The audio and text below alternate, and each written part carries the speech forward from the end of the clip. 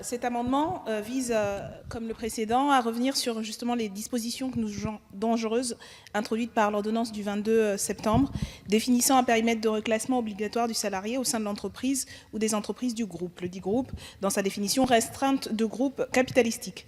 Or, la jurisprudence de la Cour de cassation protégeait bien davantage les salariés et sécurisait véritablement leurs relations de travail, vu que la définition du groupe pouvait inclure les entreprises partenaires en cas de permutation possible, ce qui décuplait les possibilités de reclassement.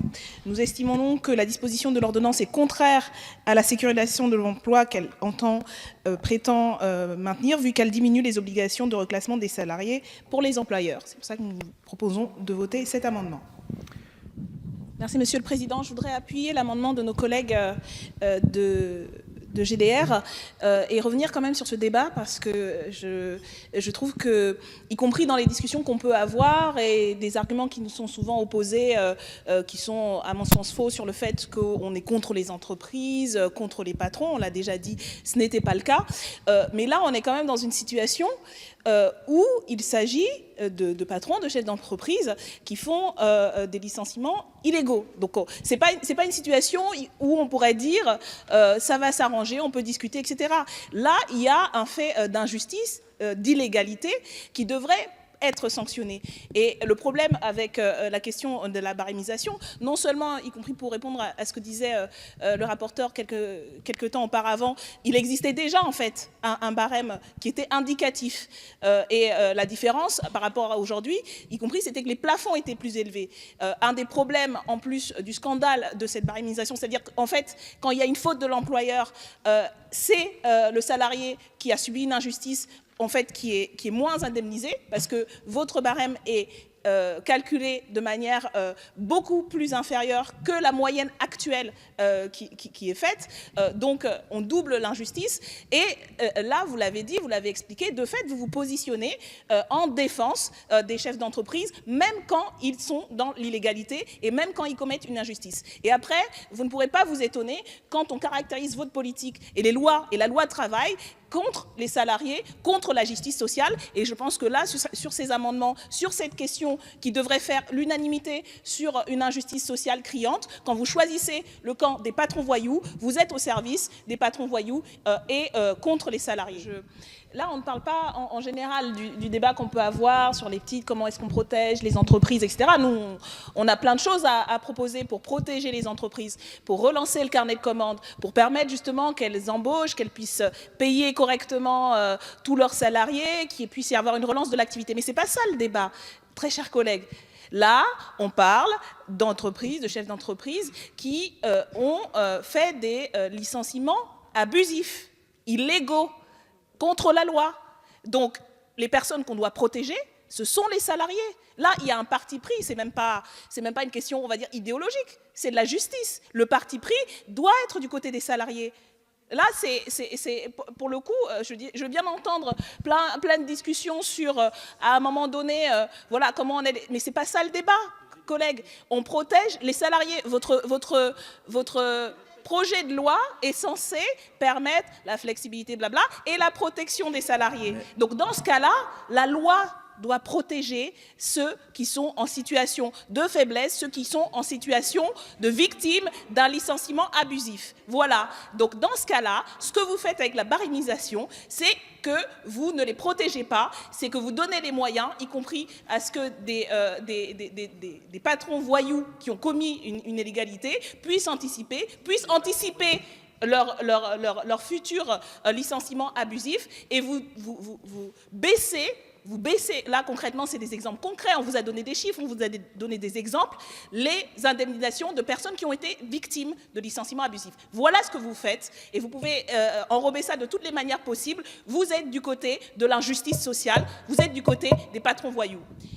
Jusqu'en 2008, il n'existait pas de délai de prescription spécifique aux irrégularités relatives au licenciement. Donc c'était le délai de droit commun à l'époque de 30 ans qui s'appliquait. Cet amendement vise à revenir à un état normal des choses, de façon à ce qu'un licenciement qui s'est passé dans des conditions illégales ne soit pas prescrit plus vite que d'autres pratiques frauduleuses honteuses. En effet, le délai d'1 an, tel qu'il est établi dans l'article, ne permet que rarement de contester un licenciement frauduleux compte tenu des difficultés graves que rencontre un ou une salariée licenciée. Ce sont les témoignages de nombreux représentants syndicaux qui expliquent comment il faut du temps pour les salariés de se rendre compte du caractère abusif d'un licenciement, outre le choc psychologique de la procédure, les moyens aussi d'avoir accès à un certain nombre d'informations, l'absence de représentants syndicaux, tout ça rend difficile ce chemin de revendication de justice pour les salariés. Le licenciement deviendra incontestable au bout d'une année, même s'il ne repose sur aucun motif réel et sérieux ou s'il est discriminatoire.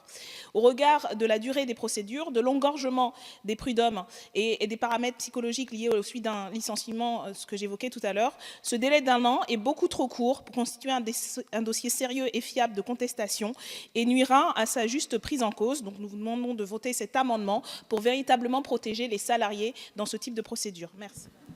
Alors, dans la lignée des amendements présentés par nos collègues, nous souhaitons supprimer l'alinéa qui instaure la présomption de conformité des accords relatifs au travail de nuit. Ces accords d'entreprise ont été rendus possibles par la loi El Khomri et permettent la dérogation à l'ordre public, notamment concernant la durée du travail de nuit et les modalités de compensation. Ces accords peuvent augmenter donc le recours au travail de nuit. Il s'agit selon nous d'un mouvement qui est totalement contraire aux préconisations scientifiques en la matière. Ça a été évoqué par notre collègue, je le répète. Selon l'Agence nationale de sécurité sanitaire de l'alimentation, de l'environnement et du travail, le non-respect des cycles naturels de repos favorise très clairement l'obésité, le diabète, mais aussi les maladies cardiovasculaires. Dans son rapport de juin 2016, elle préconise un usage limité et exceptionnel du travail de nuit, circonscrit à certains secteurs. Or, depuis 1991, la France compte 1 million de travailleurs et de travailleuses de nuit de plus, et 15% des salariés sont désormais concernés. L'article 32 de l'ordonnance 2017-1387 entérine ce mouvement puisqu'elle rend plus difficile la contestation des accords relatifs au travail de nuit. En refusant de supprimer cet article, la représentation nationale ferait de l'extension indéfinie du travail de nuit à tous les secteurs un mouvement présumé conforme. De notre point de vue, ça va contre le progrès social et j'espère donc que vous voterez en faveur de ces amendements. Oui, merci Monsieur le Président. Oui, Monsieur le rapporteur, ça peut vous paraître baroque, et peut-être à d'autres collègues également. Mais là, il s'agit de parler du travail, pas simplement dans des codifications réglementaires, mais dans son contenu. Comment pourrait se traduire cet amendement sur le fait d'obliger, et ça, on le sait aussi qu'il faut la contrainte de la loi, un certain nombre d'entreprises et d'employeurs à organiser des pauses, à respecter le fait que les salariés puissent avoir des moments où ils ont la possibilité d'avoir des relations sociales entre eux, en discutant, en faisant en sorte qu'il y ait des lieux de convivialité, qu'il y ait des moments justement où les salariés puissent se retrouver, échanger, y compris discuter du travail tel qu'il est fait. Et voilà le sens très concret que devrait prendre cet amendement et que la loi, et c'est notre rôle ici, quand on parle du Code du travail pour protéger, pour organiser ces relations sociales, pourrait prendre. Donc c'est loin d'être baroque, c'est très concret et je peux vous assurer que pour les salariés qui connaissent des situations et des conditions de travail extrêmement dures, ça a une incidence réelle à la fois sur leurs conditions de travail et y compris sur le travail tel qu'il est effectué aujourd'hui.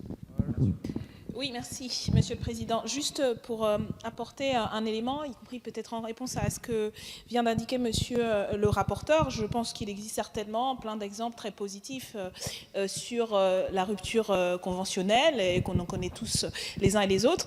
Mais il existe aussi en termes macroéconomiques des études, notamment une enquête réalisée par le Centre d'études de l'emploi, remise en juillet 2013, à partir de plus d'une centaine d'entretiens avec des salariés au profil très différent. Ça allait de l'électricien au cadre commercial, en passant par le clerc de notaire ou la préparatrice en pharmacie. Cette recherche indique en fait une tendance lourde, le fait que la rupture conventionnelle ne correspond au choix des salariés que dans un quart des cas. qui ont été étudiés. Donc, dans 3/4 des cas, ce n'est pas du choix du salarié. Le reste du temps, ça se rapproche plutôt d'un licenciement ou d'une démission pour cause de souffrance au travail. Donc, nous voyons comment ce dispositif qui peut peut-être servir à un certain nombre de salariés, pour la majorité, en tout cas dans les études, encore une fois, scientifiquement prouvées, pas juste sur nos expériences un peu individuelles et le caractère un peu impressionniste qu'on peut avoir, montre que c'est un dispositif qui est utilisé de manière viciée et donc il faut le remettre en cause. Voilà. Oui, pour soutenir cet amendement, nous en présenterons un qui élargit à la question du travail de soirée, mais c'est pour revenir aussi à la discussion plus générale qui était entamée, que je trouve intéressante, sur pourquoi est-ce qu'on est contre l'extension infinie du temps de travail, la nuit, le jour, le dimanche, etc. Parce qu'on a aussi une autre conception, effectivement, du travail. À quoi sert le travail? Pas à produire, pas à faire tourner les marchés, pas simplement à rendre des dividendes, mais il doit servir pour pouvoir vivre, survivre. Nous estimons qu'aujourd'hui, ce n'était pas le cas à d'autres époques de l'histoire, y compris de l'humanité. Aujourd'hui, nous avons la capacité de produire suffisamment pour pouvoir vivre tous et toutes décemment, et que tout ce qui est du surplus doit être collectivisé, doit être socialisé, doit servir non seulement à la nécessaire transition écologique, et donc ça, ce sont les grands chantiers, y compris qui nécessiteront de développer d'autres espaces, d'autres champs de travail, et de partager encore plus le travail, et de permettre que tous et toutes travaillent, mais surtout à la socialisation d'un certain nombre de tâches, que ce soit à travers la technologie, et puis à développer aujourd'hui tous les champs du non-travail, mais qui font partie de l'activité humaine et qui favorisent l'émancipation humaine. Donc oui, il y a une autre idéologie, c'est un gros mot ici, mais à mon sens, c'est un mot profondément politique sur à quoi sert le travail, pourquoi est-ce qu'il doit être un instrument de l'émancipation humaine et non de l'aliénation, et l'extension infinie du temps de travail, la nuit, le dimanche, etc., va à l'encontre de cette vision qui, pour nous, est la plus progressiste qui soit et que l'on devrait partager ensemble. Alors, donc cet amendement, dans la continuité de ce qu'on a présenté et que d'autres collègues ont effectivement présenté, pose la question du travail de soirée et du travail de nuit. Ça a été dit, il faut le répéter tout de même, parce que ça a été un rapport de l'Agence nationale de sécurité sanitaire, de l'alimentation, de l'environnement et du travail qui, le printemps dernier, a, pour la première fois, après un travail très documenté et très sourcé, indiqué les impacts extrêmement graves en matière de santé publique, en matière de sécurité sanitaire, en matière de santé individuelle, de l'extension du travail de nuit, sur la désynchronisation des parieurs avec le rythme naturel du repos, le diabète, l'obésité, etc. Or, la loi El Khomri, conçue et adoptée par la majorité précédente, a considérablement fragilisé le cadre juridique qui permettait d'encadrer de manière stricte. Donc, il ne s'agit pas là de dire qu'on ne pourra pas travailler la nuit. Il y a un encadrement strict de ce travail de nuit. Et c'est là-dessus que nous voulons revenir, puisque la loi précédente a permis ainsi de réduire la fourchette horaire du travail de nuit et du travail de soirée, mais aussi de déroger aux durées maximales de travail de nuit sur une même semaine, ce qui est totalement contraire aux préconisations sanitaires. Aujourd'hui, des établissements, par exemple, de vente situés dans les zones touristiques internationales peuvent recourir au travail de soirée de manière systématique. Et là, excusez-moi, il ne s'agit pas de questions vitales, que ce soit pour l'intérêt général ou des urgences, y compris en termes de défense, etc. Là, on voit bien que l'encadrement strict est totalement passé par-dessus bord. Pour nous, banaliser le travail de nuit et de soirée au profit de l'activité économique est totalement contraire au progrès social, nous l'avons dit, et à l'amélioration de la santé des travailleurs. Je pense que nous avons y compris pu voter ensemble des amendements qui permettaient d'aller mieux dans, par exemple, l'indemnisation des victimes de l'amiante, etc., sur la question de la médecine du travail qu'il faut renforcer. Là, nous avons des rapports qui montrent comment il y a un impact sanitaire direct de ce type de procédure. Il nous semble donc logique qu'en allant dans le sens du virage préventif que le gouvernement veut entamer sur ces questions, vous votiez avec nous cet amendement qui résulte également aussi d'un véritable choix de société, comme je l'ai expliqué tout à l'heure.